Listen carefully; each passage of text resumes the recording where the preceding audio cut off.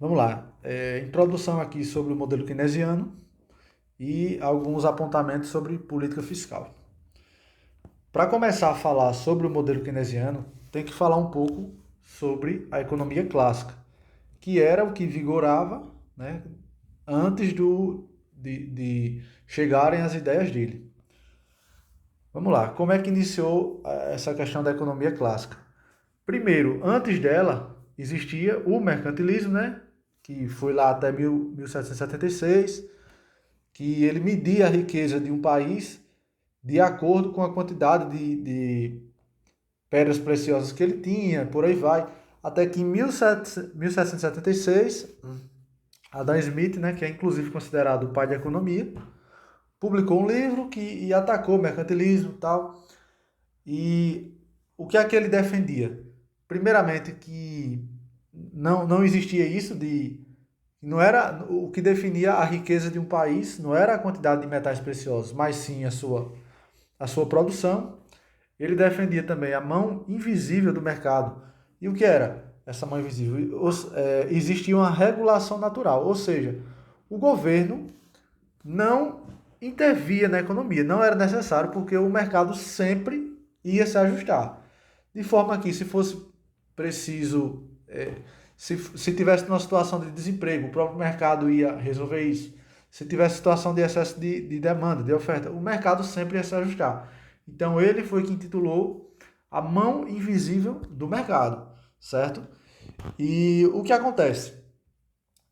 A principal diferença entre ele, entre esse modelo, né, o modelo clássico, e Keynes já introduzindo, é que para ele, para aumentar a demanda, bastava aumentar a oferta. Ou seja, se eu quero vender mais, basta eu produzir mais. Certo? Então isso é o que defendia. E até certo ponto vigorou. Certo? Da mesma forma, ó, seria com salários, ou seja, se uma pessoa tivesse desempregada e tivesse disposta a receber um salário menor, ou seja, um salário pago pelo mercado, que necessariamente seria menor, né? Já que ele estava desempregado, ele automaticamente ia ficar empregado. Da mesma forma que se houvesse excesso é justamente aqui, ó. Excesso de mão de obra, ou seja, desemprego, o salário diminuía. Né? Igualando a oferta e mão de obra. E essa questão de oferta seria com tudo, né? Com produtos, com, com emprego e etc. Para os economistas clássicos, o equilíbrio em uma variável ocorria quando todas as forças fossem balanceadas. Consequentemente, não haveria nenhuma tendência para que a variável se mova desse ponto, chamado ponto de equilíbrio. Certo? Ou seja, o ponto de equilíbrio também é chamado de pleno emprego. O ponto de pleno emprego ocorreria, segundo os clássicos, quando tivesse todos os fatores de produção utilizados. Também já vai ser uma diferença, né, em relação a Keynes, porque ele vai defender que nem sempre todos os fatores vão estar sendo utilizados para que se chegue no ponto de equilíbrio, certo? Em resumo, flexibilidade de preços e salários conduzem a economia a pleno emprego, que é justamente isso, né? Se o governo não precisa intervir, ou seja, tem que haver essa flexibilidade. Se está havendo desemprego, a pessoa aceita receber um salário menor, ela vai ficar empregada e por aí vai. Os economistas clássicos acreditavam que o crescimento da economia não se dava pelo aumento de estoque de metais preciosos, ou seja, aqui ele está combatendo o mercantilismo, né? Mas pelo aumento de fatores de produção e das técnicas, né, empregadas para que se produza. E que a moeda era apenas o meio de troca. Ou seja, enquanto os mercantilistas acreditavam que o excesso de moeda era riqueza, aqui não. Aqui, para os clássicos, já seria que a moeda era apenas o meio de troca, né? E aí eu defendia a neutralidade da moeda. Então a moeda não tem. Ela é só um meio de troca, ela não tem um valor, ela é um meio de troca. Pronto. E um economista chamado Say postulou a lei de Say, que a oferta cria sua própria demanda, que é o que eu falei, né? Ou seja, se você quer aumentar a demanda, é só aumentar a oferta. Então, o que importa para eles é a oferta, né? E não a demanda. Em síntese, sempre que alguém produzisse algo, outro alguém ia comprar, né? Ou seja, quanto maior a produção, maior renda e maior demanda. Os três pessoas. Vai ter aqui embaixo uma tabelazinha comparativa, né? Que vai ter os pressupostos. Mas vão ser justamente esses aqui.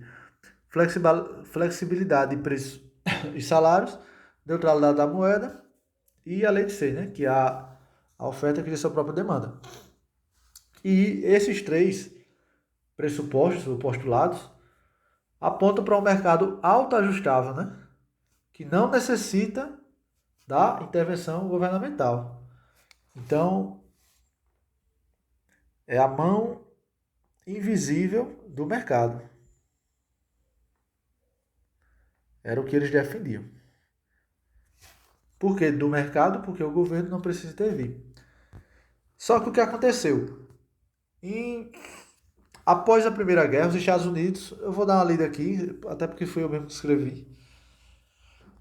Após a Primeira Guerra Mundial, os Estados Unidos exportavam diversos produtos à Europa, pois ela estava devastada após a guerra e não conseguia suprir suas necessidades. Isso ocorreu durante um certo tempo, o que fazia vigorar a lei de Say. Ou seja, toda a produção americana era vendida para a Europa, né? Ocorre que, algum tempo depois, a Europa finalmente conseguiu se recuperar, demandando cada vez menos produtos americanos. Mas eles continuavam com a mesma e intensa produção, acreditando que não importava o quanto produzisse. Isso seria demandado e vendido, né? Já que a oferta cria sua própria demanda, segundo eles. Entretanto, chegou-se à superprodução. Ou seja, para resumir isso aqui, os Estados Unidos, tudo que eles produziam, eles vendiam à Europa, porque a Europa estava devastada com a guerra, não conseguia suprir suas necessidades, era necessário importar, e os Estados Unidos eram o principal exportador para a Europa. E estava nessa, né? Estados Unidos crescendo, exportando para a Europa e tal. Só que chegou um momento que a Europa conseguiu se recuperar e foi ali demandando cada vez menos produtos dos Estados Unidos. E o que acontece?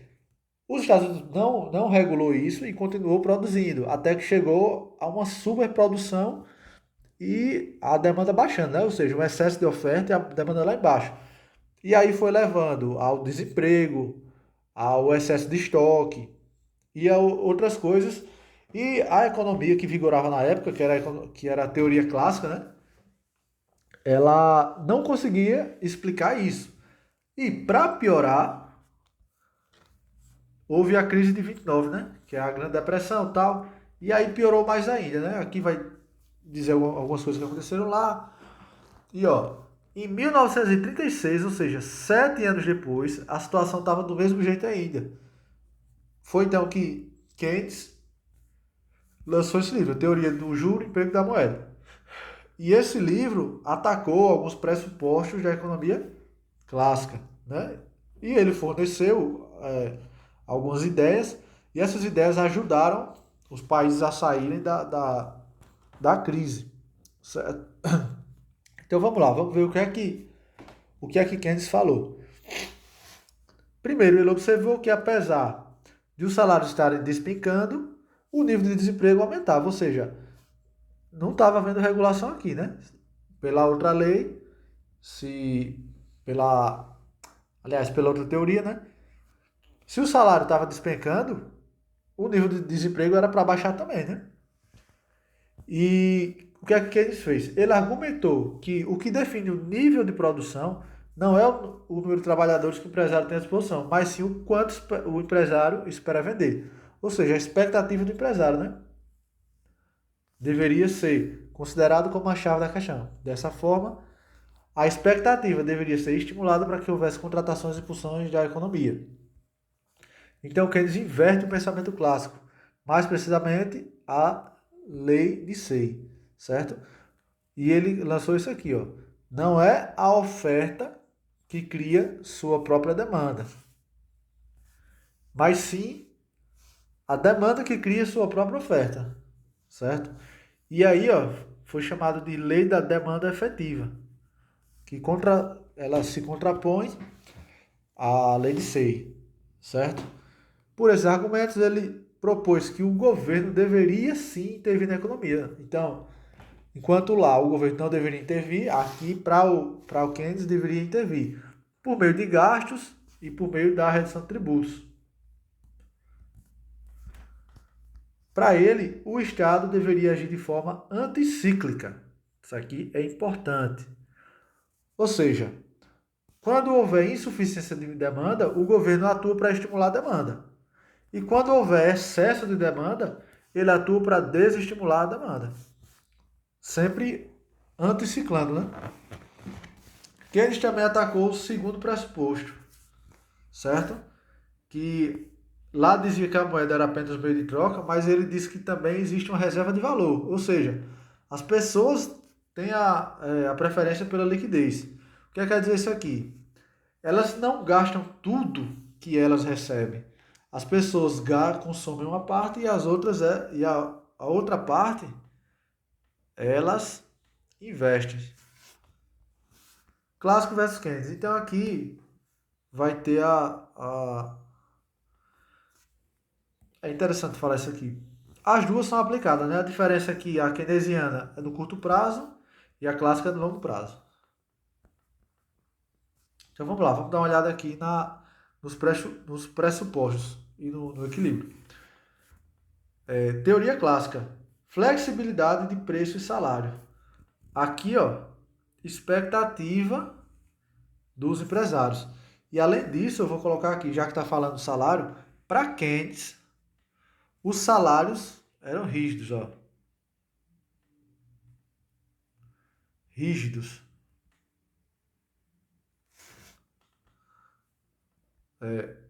O salário real, o nominal poderia ser mexido. Neutralidade de moeda para os clássicos, né? Que como apenas meio de troca. Já para Keynes, existe a preferência pela liquidez. Ou seja, ela além de ser meio de troca, ela é reserva de valor. Para que reserva de valor? Poupança. Poupar, né? Poupança é uma modalidade de poupar. Lei de Say, lei da demanda efetiva, né? Que é justamente isso aqui, ó. Que aqui é a oferta. Sempre vai ser, né? Oferta igual a demanda. Mas aqui, a oferta cria a demanda, demanda cria a oferta. Aqui é a lei de Say e aqui vai ser a lei da demanda efetiva, certo? Para os clássicos, o mercado é autoajustável, né? Para Keynes não é autoajustável. Ou seja, aqui para os clássicos, o comércio, a produção ia estar sempre no pleno emprego. Para Keynes, não. O governo deveria intervir e nem sempre estaria no pleno emprego, certo? Modelo keynesiano simplificado, que é justamente aqui, ó. Pode haver desemprego aqui, ó, sempre pleno emprego, e para Keynes, oferta igual a demanda, porém pode haver desemprego de fatores. Keynes incorporou a expectativa dos empresários. Para isso, ele estabeleceu a diferença entre demanda realizada e demanda planejada, né? Sendo que a demanda planejada é a que inicialmente importa. A demanda realizada é o montante que os agentes econômicos gastam em bens e serviços, assim como da mesma forma das contas nacionais. Despesa agregada igual a consumo mais investimentos, mais gastos do governo, mais exportações, menos importações. Deixa eu ver se aqui é interessante. Oferta agregada igual a demanda agregada, já foi visto. Sendo que demanda agregada é a demanda planejada, né? Aqui não cai em questões, é besteira.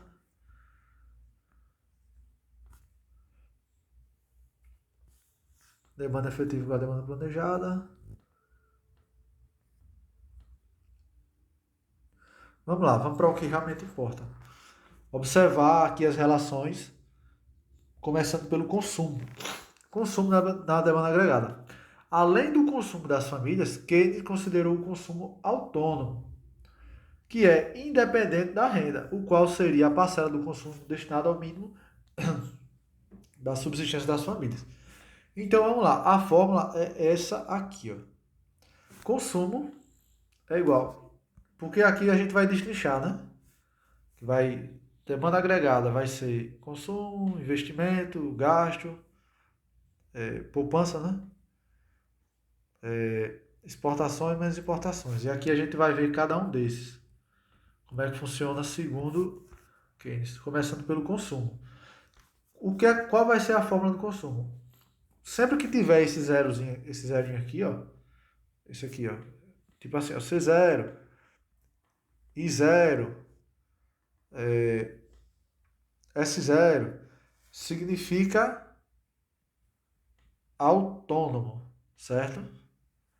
Que é, nesse caso, consumo autônomo, investimento autônomo e aqui é poupança autônoma. E o que quer dizer esse autônomo? Quer dizer que independente da renda, vai acontecer esse consumo, certo? Independente da renda. Então vamos lá. Consumo é o consumo autônomo mais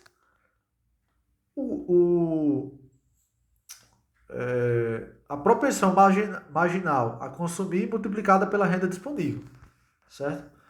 Eu acho que seria interessante explicar a propensão marginal logo antes da fórmula, né? Mas vai ter aqui embaixo. Vamos lá. A fórmula é essa aqui. Então, ó, consumo autônomo, que não depende da renda, e esse fator aqui, ó, vai depender da renda, né? Que vai ser a propensão marginal a consumir multiplicada pela renda disponível, que é esse YD. E um detalhe aqui, ó, que o que é essa renda disponível?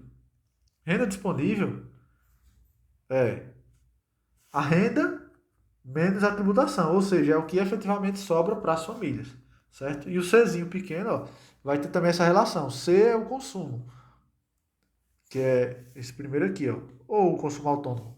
E o Czinho vai ser propensão marginal a consumir, certo? Vamos analisar aqui, vai dar para entender bem. Vamos lá, vamos com calma. C0 é o consumo autônomo, que não depende da renda. YD é a renda disponível, né? Que, ou seja, é deduzido dos impostos, que é o que eu coloquei aqui, ó. Y menos T, renda menos a tributação. E o CYD é a parte do consumo, que depende da renda, que é a propensão marginal a consumir multiplicada pela renda disponível. Certo? C vai ser a propensão marginal a consumir, ou seja, o tanto de renda adicional que a família destinaria ao consumo. Ou seja, quanto maior a propensão marginal a consumir, mais renda a família destinaria para o consumo. Para os clássicos, a propensão marginal a consumir seria sempre igual a 1, porque as famílias gastariam 100% da sua renda adicional no consumo. Certo? O que é essa propensão marginal a consumir? Primeiro, vai existir a propensão marginal a poupar, a importar e por aí vai.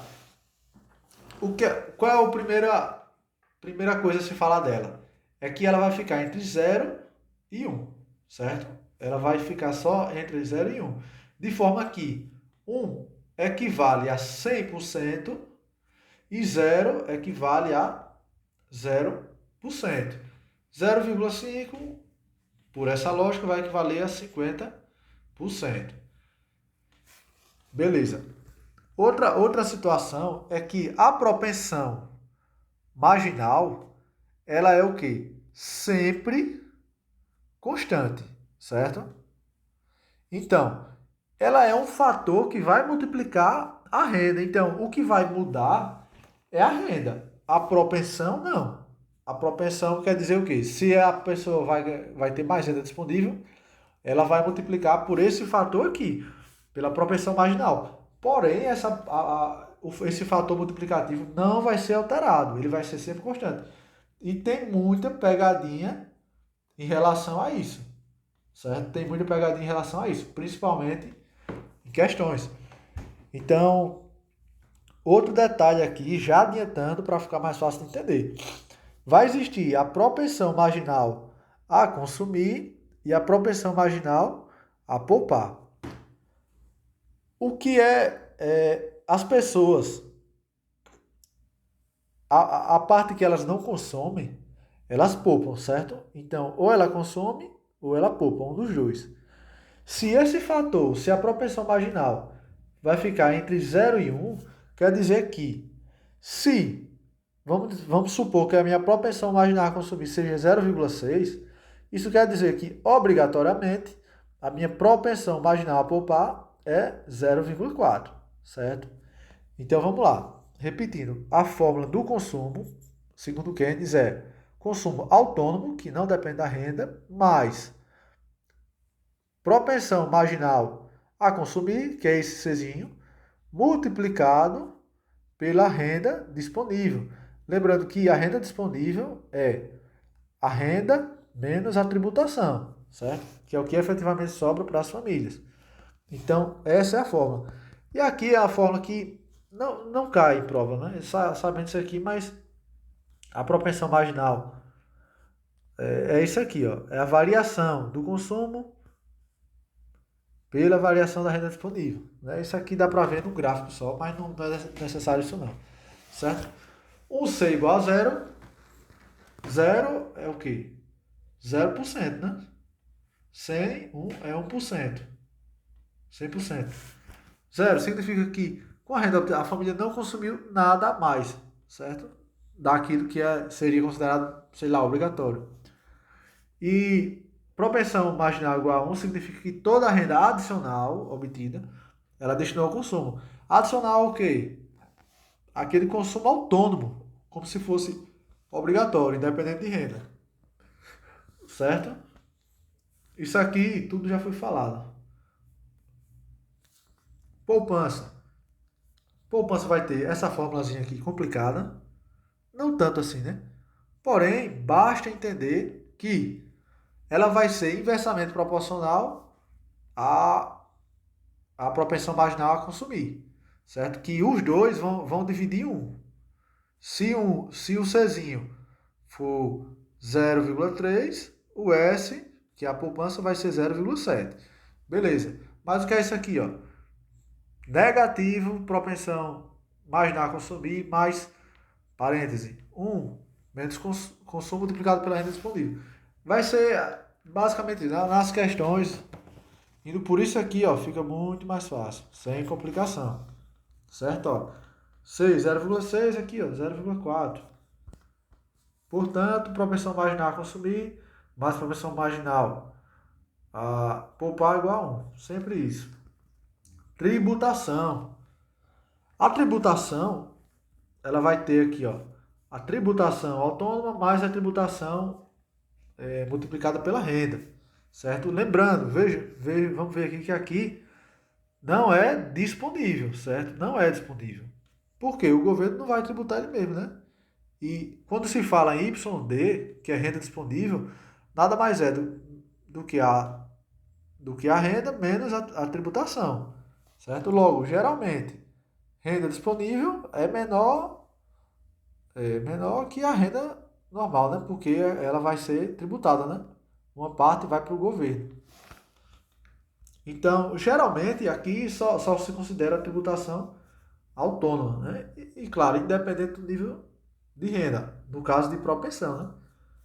Claro que quanto mais renda, mais tributos o governo vai arrecadar. Porém, isso é autônomo, não tem a ver de propensão, certo?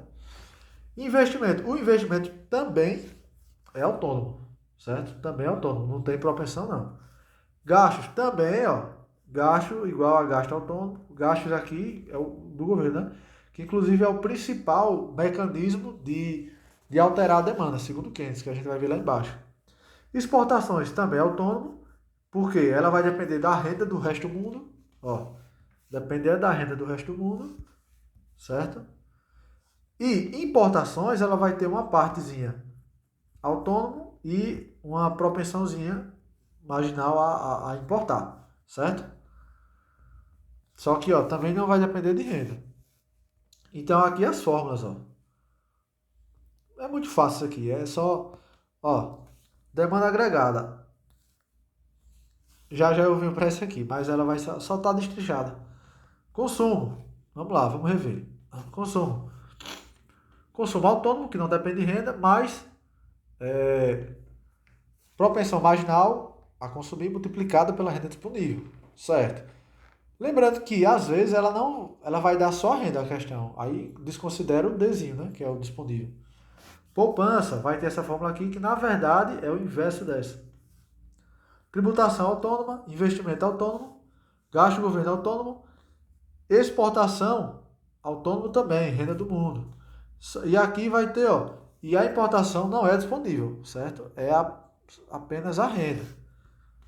Aqui é a mesma coisa. E aqui nada mais é, porque ó, a gente tem a demanda agregada vai ser o quê?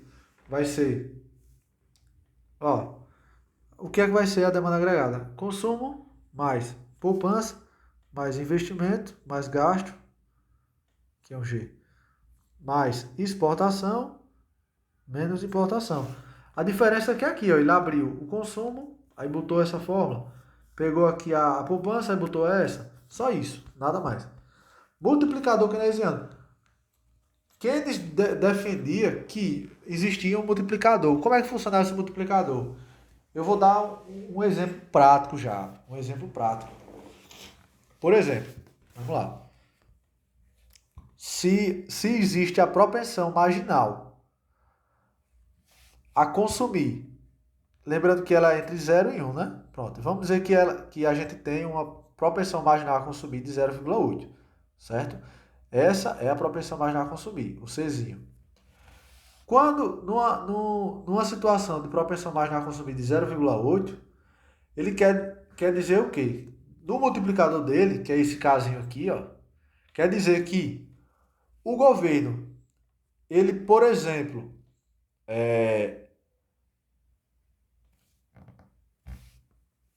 para explicar melhor, deixa eu explicar a fórmula aqui, para não dar spoiler, né? Mas vamos lá. Ó, isso aqui é o modelo grandão, juntando todos os fatores autônomos, certo? Ó, todos os autônomos. Exportação, importação.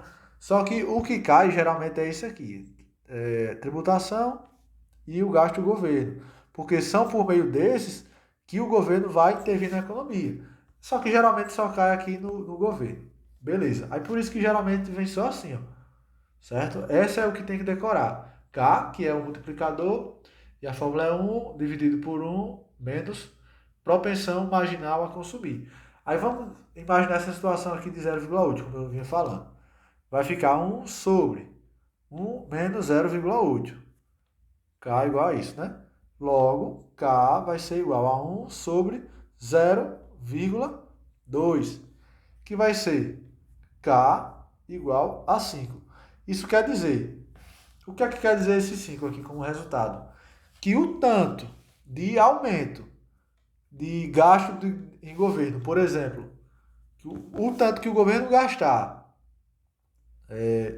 numa situação como essa, de propensão marginal a consumir, ou seja, 80% da renda disponível as pessoas consomem, né? Da renda disponível elas consomem, a renda adicional disponível.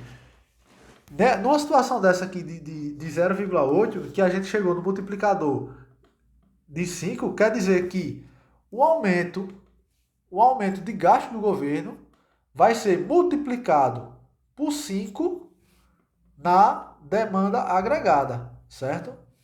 Por exemplo, se o governo gasta 100 e ele colocar para gastar 200, quer dizer que, como ele vai gastar 100 a mais, ó, ele vai gastar 100 a mais, né? Isso aqui vai levar uma situação de 500 a mais na demanda agregada, certo?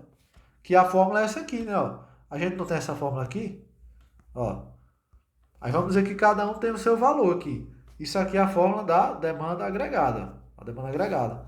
Aí numa situação de uma propensão de 0,8, quer dizer que um aumento aqui no gasto do governo aumentaria 5 vezes a demanda agregada, certo? Vamos, sei lá, vamos dizer que a propensão marginal seria agora 0,5 a consumir. Vamos ver quanto. 0,5 a gente já K igual a 1 sobre 1 menos 0,5. Logo, K igual a 1 sobre 0,5. K igual a 2. Ou seja, o multiplicador aqui para 0,5 é 2. Quer dizer que o gasto do governo vai trazer o dobro de demanda agregada, certo? Em relação ao gasto do governo. É basicamente só isso. Vamos lá. Política fiscal. O que é importante saber aqui de política fiscal? São as escolhas do governo no que se refere à arrecadação e a gasto, né? Que é o que ele pode mexer. Expansionista, ele visa aumentar a demanda. Contracionista ou restritivo, ele visa diminuir a agreganda. Ou a demanda agreganda, eu tô doido. O que é importante aqui, o que é que cai muito em questão? É isso aqui. A política via gastos é mais intensa que a tributação. Por quê? Porque a política via gasto governamental, ela já é direta, né? Enquanto a tributação é indireta, ou seja, a pessoa vai gastar menos, vai sobrar mais renda, ela vai pegar essa renda e já... Enquanto o gasto, ele já está injetando direto na economia, certo? Então, o multiplicador dos gastos do governo é maior do que o multiplicador que ocorre via tributação. Pronto. Isso aqui, é importante saber. Só isso aqui, A política via gasto é mais intensa que a tributação e o multiplicador de gasto do governo é maior do que o multiplicador via tributação, certo?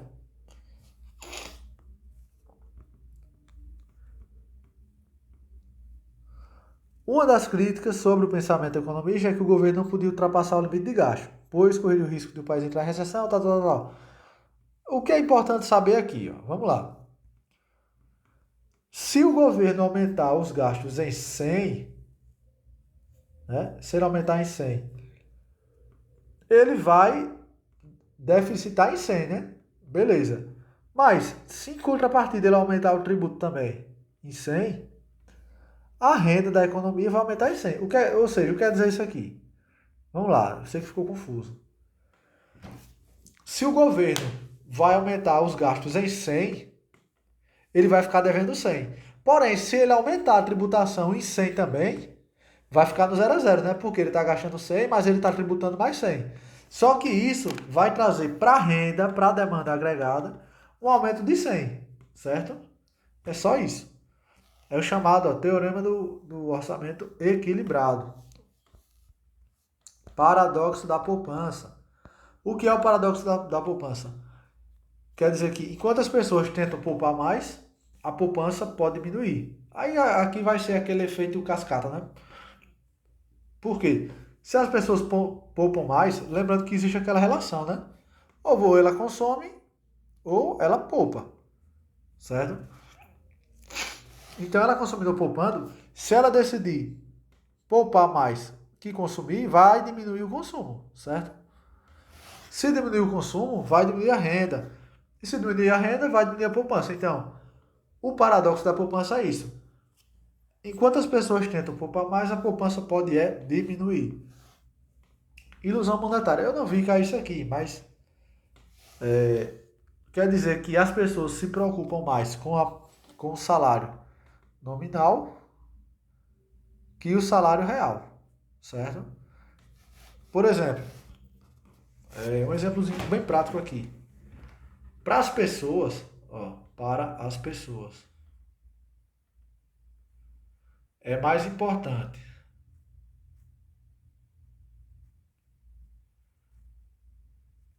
vou colocar duas situações. A primeira situação é aumento de salário 10%, só que aumento de inflação 15%. Essa é uma situação. A outra situação é aumento de salário 2%, aumento de inflação 0%. Vamos perceber que aqui houve um aumento real, né? Por quê? Houve um ganho salarial de 2%, certo? As pessoas ganharam 2% do poder de compra. Enquanto aqui, mesmo que aumentou 10% de salário, só que a inflação aumentou 15%. Então, aqui o poder de compra baixou, né? Em 5%. Porém, para as pessoas, essa situação aqui é muito mais vantajosa, certo? E ó, aumentozinho de 2%. Então, por isso que para Keynes os salários são rígidos. Ó, o salário é rígido, total parcial. Principalmente devido à sindicalização. Pronto, o assunto é só isso. E aqui algumas observações. Essa aqui tem a ver com mais outro assunto, não vou falar, vou fugir. Compra e venda de títulos públicos são instrumentos de política monetária, não de política fiscal. Os gastos com infraestrutura impactam mais que o valor usado no Bolsa Família, certo? Porque está gastando diretamente na economia, enquanto no Bolsa Família você está transferindo dinheiro para as pessoas gastar, lembrando que uma parte elas vão poupar, e já que no investimento em infraestrutura você já está gastando direto. A propensão marginal, qualquer propensão marginal, né? Ela é sempre constante, não muda. A propensão média é o quanto de consumo é destinado à renda, dividido pela renda. Só isso. Pronto, o assunto é só isso. Com isso aqui dá para resolver a maioria das questões.